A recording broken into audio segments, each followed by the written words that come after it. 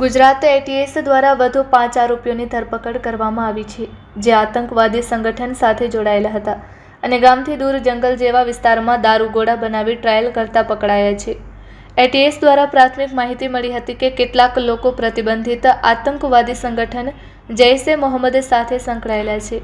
તેઓ કાશ્મીરી લોકોના સંપર્કમાં હતા અને દારૂલ ઉલૂમ નામની સંસ્થા બનાવી તેના માધ્યમથી લોકોને જોડવાનો પ્રયાસ કરી રહ્યા હતા. આ કેસમાં અગાઉ 8 આરોપીઓની અગાઉ ધરપકડ કરવામાં આવી હતી, જેમને કોર્ટ દ્વારા 14 દિવસના પોલીસ રિમાન્ડ મંજૂર કરવામાં આવ્યા હતા. તપાસ દરમિયાન ટેલિફોનિક પુરાવા, મસૂદ અઝહરની પુસ્તકો, આરોપીઓ દ્વારા લખાયેલા ફતવા તેમજ અન્ય ઉશ્કેરણીજનક સાહિત્ય મળી આવ્યું હતું. ઉપરાંત ટેરર ફંડિંગ માટે મળેલા નાણાં પણ જપ્ત કરવામાં આવ્યા હતા. પૂછપરછ દરમિયાન આરોપી આમીન શેરાએ ખુલાસો કર્યો હતો કે આ નેટવર્ક સાથે અન્ય કેટલાક લોકો પણ જોડાયેલા છે. તેઓએ ગન પાવડરનો સામાન ઓનલાઈન તેમજ સ્થાનિક બજારમાંથી ખરીદ્યો હતો અને વિસ્ફોટ કરવાની તાલીમ મેળવવા માટે આસપાસના ગામોમાં ટ્રાયલ પણ કર્યા હતા. આરોપીઓ ટાઈમર ડિવાઇસ, ડેટોનેટર ડિવાઇસ બનાવવાની તથા તેનો ઉપયોગ કરવાની તાલીમ લઈ રહ્યા હતા. ઉપરાંત આઈઈડી બનાવવાની પ્રક્રિયા પણ શીખી રહ્યા હતા. આ સમગ્ર બાબતની જાણકારી આરોપી અહમદ અને જલરિયાને પણ હોવાનું તપાસમાં સામે આવ્યું છે. આ કેસમાં વધુ 5 આરોપીઓની ધરપકડ કરવામાં આવી છે, જેમાંથી બિલાલ આબિદની અમદાવાદમાંથી ધરપકડ કરવામાં આવી હતી, જ્યારે અન્ય આરોપીઓ સિદ્ધપુર, વડગામ અને ભરૂચ સહિતના વિસ્તારોમાંથી ઝડપી પાડવામાં આવ્યા હતા. આ 5 આરોપીઓને કોર્ટ દ્વારા 8 દિવસના પોલીસ રિમાન્ડ મંજૂર કરવામાં આવ્યા છે. તપાસમાં જાણવા મળ્યું છે કે 3 વર્ષ પહેલા બિલાલે આમીનને એક પેનડ્રાઈવ આપી હતી, જેમાં મસૂદ અઝહરની પુસ્તકો અને અન્ય ઉશ્કેરણીજનક સામગ્રી હતી. આ સાહિત્યમાં ડેટોનેશન, વિસ્ફોટ કરવાની પદ્ધતિઓ અને વિસ્ફોટક બનાવવાની માહિતી આપવામાં આવી હતી, જેના આધારે આરોપીઓ પ્રયોગો કરી રહ્યા હતા. તેઓ સુરક્ષા વ્યવસ્થાને કેવી રીતે નિષ્ફળ બનાવવી તે અંગે પણ પ્રયોગો કરી રહ્યા હોવાનું તપાસમાં સામે આવ્યું છે.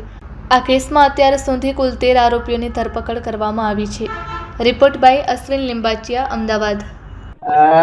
આપ બધાને ખબર છે કે થોડા ટાઈમ પહેલા ગુજરાત એટીએસમાં એક એફઆઈઆર રજીસ્ટર થઈ હતી. જે એફઆઈઆરનો બેકગ્રાઉન્ડ આવો હતો કે ડીવાયએસપી હર્ષ ઉપાધ્યાયને એક બાતમી મળી હતી કે કેટલાક ઇસમો જે છે જે બનાસકાંઠા, પાટણના અમુક એરિયાઓમાં રહે છે અને આ જૈશ-એ-મોહમ્મદના પાકિસ્તાની હેન્ડલર્સ સાથે સંકળાયેલા છે. ઘણા બધા કાશ્મીરી લોકોથી પણ મળી રહ્યા છે. સાથે સાથે અહીંયા જૈશ-એ-મોહમ્મદના જે લિટરેચર છે એનો પ્રચાર પ્રસાર કરી રહ્યા છે. એક દારૂલ ઉલૂમ ગુજરાત, જે કે જૈશ-એ-મોહમ્મદની અહીંયાની એક શાખા છે, એને બનાવીને એમાં મેમ્બર્સ જોડી રહ્યા છે. આ રીતની એક બાતમી મળી હતી, જેના ઉપર હ્યુમન ઇન્ટ અને પછી ટેકનિકલી જનરેટ કરવામાં આવેલો અને એના પરથી એક એફઆઈઆર કરવામાં આવેલી, જેમાં ટોટલ 8 આરોપીઓની અગાઉ અટક કરી હતી અને આ આરોપીઓ વિરુદ્ધમાં યુએપી અને બીએનએસના જુદા જુદા સેક્શન્સમાં એફઆઈઆર રજીસ્ટર કરી હતી. આ 8 આરોપીઓના 14 દિવસના આપણને રિમાન્ડ મળ્યા હતા. આ રિમાન્ડ દરમિયાન પણ આઈઓ દ્વારા ઘણી બધી જે ચીજો છે, જે કે પહેલા આપણને એના ટેલિફોનિક પુરાવા મળી આવ્યા હતા. સાથે સાથે એના ઘરોથી જૈશ-એ-મોહમ્મદના ઝંડાઓ, મૌલાના મસૂદ અઝહરની, જે કે જૈશ-એ-મોહમ્મદના એક આતંકવાદી છે, એની કિતાબો, આ જે 8 આરોપીઓ છે એને દ્વારા જે લખેલ ખતો હતા એના હેન્ડરાઇટિંગમાં હતા, એનો પણ ઓરિજિનલ જે કોપી છે એ લોકો દ્વારા જે ગુજરાતી ટ્રાન્સલેશન કરવામાં આવી રહેલ હતો એ મળી આવેલો. સાથે સાથે જે ટેરર ફંડિંગના નામે એ જે અહેમદ અને ઇબ્રાહિમના જે પૈસા મળ્યા હતા એમાંથી જે બાકી રહેલ 1,30,000 રૂપિયાની પણ રિકવરી કરવામાં આવેલી. સાથે સાથે ઘણા બધા જે વિટનેસીસ હતા જેના પાસેથી આ લોકોએ ઘરની જે સર્ચ કરતા હતા એ બધું તપાસવામાં આવેલ હતો. આ ઇન્ટ્રોગેશન દરમિયાન આ લોકોના ઘણા બધા જે સાથમાં ભણતા છોકરાઓ છે, બીજી રીતે આ જ રીતની માનસિકતા ધરાવતા લોકો છે, એ બાબતમાં કડી પૂછપરછ કરવામાં આવેલી. મેનલી બેસિકલી 2-3 ટીમ્સ મોટાભાગે બનાવવામાં આવેલી, જેમાં ડીવાયએસપી જે એસએલ ચૌધરી છે એ ઇન્વેસ્ટિગેશનને લીડ કરતા હતા અને ડીવાયએસપી હર્ષ ઉપાધ્યાય છે એ ઇન્ટ્રોગેશન ટીમને લીડ કરતા હતા અને બંનેના સંકલનમાં રહીને બીજા બધા અધિકારીઓ પણ એમાં ટીમમાં જોડાયેલા હતા. આ લોકોના ઇન્ટ્રોગેશન દરમિયાન જાણવા મળેલ કે જે અગાઉ પકડાયેલા આરોપીઓમાંથી એક આરોપી જેનું નામ છે આમીન શેરા, એની સાથે અમુક બીજા પણ આરોપીઓ મળેલ હતા, જે લોકોએ મળીને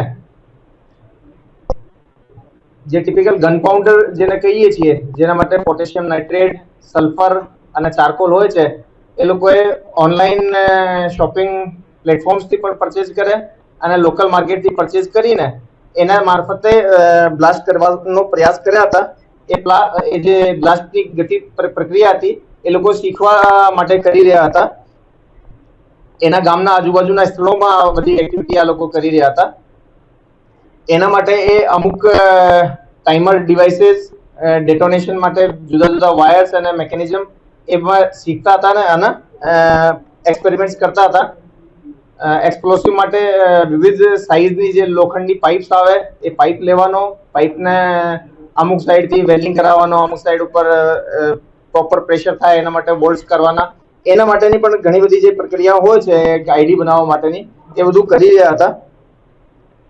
આજે બ્લાસ્ટ કરવાની કામગીરી છે એમાં અમીન શેરાન સાથે સાથે અહેમદ અને જકરિયાને પણ એના બાબતમાં ખ્યાલ હતો અને એમાં બીજા 5 આરોપીઓની પણ આઈડેન્ટિફિકેશન થઈ, જેના નામો બિલાલ આબિદ શેરા, મોહમ્મદ અબ્દુલ કડીવાલ, મોહમ્મદ અયુબ સુણસરા, સઈફ રઈસ મુખી અને મોહમ્મદ હસન હનીફ કારડિયા. એ 5 આરોપીઓની પણ આઈડેન્ટિફાઈ કરવામાં આવેલા. એ જે 5 આરોપીઓ છે મુખ્યત્વે સિદ્ધપુરની આજુબાજુના ગામડાઓથી, વડગામ બનાસકાંઠામાં હતા. એની ધરપકડ કરતી વખતે એમાંથી એક આરોપી બિલાલ આબિદને અમે અમદાવાદથી લીધા. એ જમિયત ઉલ ઉલુમ મદરસા ગઢાથી ભણેલ છે. અયુબ કડેવાલ દેવબંધ સહારનપુરમાં પણ ભણેલ છે અને સાથે સાથે આ ખડિયાસન અબુલ હસન મદરસામાં પણ હતો. મોહમ્મદ અયુબ સુણસરાને અમે દારુલ ઉલુમ માટલીવાલા ભરૂચથી લીધા છે. શફી રઈસ મુકીને હાલમાં દાબેલ નવસારીથી લીધેલા છે અને મોહમ્મદ હસન હનીફ કારડિયા એને પણ દારુલ ઉલુમ માટલીવાલા મદરસા ભરૂચથી લીધેલા છે. એ રીતે ઘણી બધી જગ્યાઓ પર આ જે છે ઓપરેશન ચાલતો હતો. એમાં દરેક જગ્યાની જે લોકલ પોલીસ છે આની પણ મદદ લેવામાં આવેલી. આ લોકોને કાલે અમે કોર્ટમાં પ્રોડ્યુસ કર્યા છે, વધારેના 5 આરોપીઓને, અને એના રિમાન્ડ લેવામાં આવેલ છે. 8 દિવસના રિમાન્ડ આ લોકોને મળ્યા છે.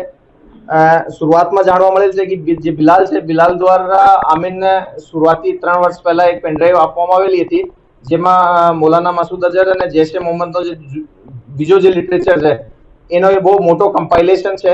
એમાંથી અમુક કિતાબોની આ લોકોએ પ્રિન્ટ આઉટ કાઢીને આપસમાં વેચણી કરતા હતા. અને આ જે એક્સપ્લોસિવના આઈડિયા છે એ કિતાબ છે આમાંથી કે અકેલા મુજાહિદ જિહાદ કેસે કરે. આ બુક અને એ સિવાયની થોડી ઘણી એનાથી મળતી જુલતી બુક્સમાં આ બધી ડેટોનેશનની પ્રક્રિયાઓ, એક્સપ્લોસિવ શું લેવાનો, આ બધી પ્રક્રિયાઓ પર કામ કરતા હતા. કુલ મલાઈને કહી શકાય કે આ ગુજરાત એટીએસની કામગીરીથી એક એ મોડ્યુલ જે કે બહારથી પણ સંપર્કમાં હતો અને જાતેથી અહીંયા પણ લિટરેચરના બેસિસ ઉપર એક્સપ્લોસિવ માટે એક્સપેરિમેન્ટ કરતો હતો. એના સમય ઉપર પકડી લેવામાં આવેલ છે. તો કુલ મળીને એમાં 13 આરોપીઓની હાલ સુધી અટક થઈ ગઈ છે. નહીં, એ જે એક્સપેરિમેન્ટ વાળું કામ છે એમાં એ લોકો હેન્ડલરની બજાય જાતેથી કરી રહ્યા હતા અને એની અંદર એ હાલ આ એક્સપેરિમેન્ટ શીખી રહ્યા હતા કે કઈ રીતે વિધાઉટ ફેલ એક્સપેરિમેન્ટ સક્સેસફુલ થાય. એમાં એક્સપ્લોસિવને સળગાવવાનો, ટાઈમર લગાવીને, ઘડી લગાવીને ડેટોનેટ કરવાનો, એ બધું એક્સપેરિમેન્ટ કરી રહ્યા હતા. હાલ સુધીની તપાસમાં એ લોકો કોઈ ટાર્ગેટનું નામ અમને મળેલ નથી. અમે આના જે રેડિકલાઇઝેશનના લેવલ ઉપરથી કોઈના મુખ્ય યા કમ મુખ્ય નહીં કહી શકાય. જે આપણે શરૂઆતના 8 આરોપી પકડ્યા હતા એ ટાઈમ ઉપર અહેમદ અને ઇબ્રાહિમ એ બંને બહુ વધારે રેડિકલ લાગતા હતા અને એ લોકોએ ફોરેન હેન્ડલર જોડે કોન્ટેક્ટમાં હતા. ડ્યુરિંગ ઇન્વેસ્ટિગેશન જાણવા મળ્યું કે જે મોહમ્મદ સાઉદી છે એ પણ ફોરેન હેન્ડલર જોડે જોડાઈને એ પર્ટિક્યુલર એની રીતે પણ રેડિકલ થયેલ. જે મૌલવી ફોજાન છે એ લગભગ 15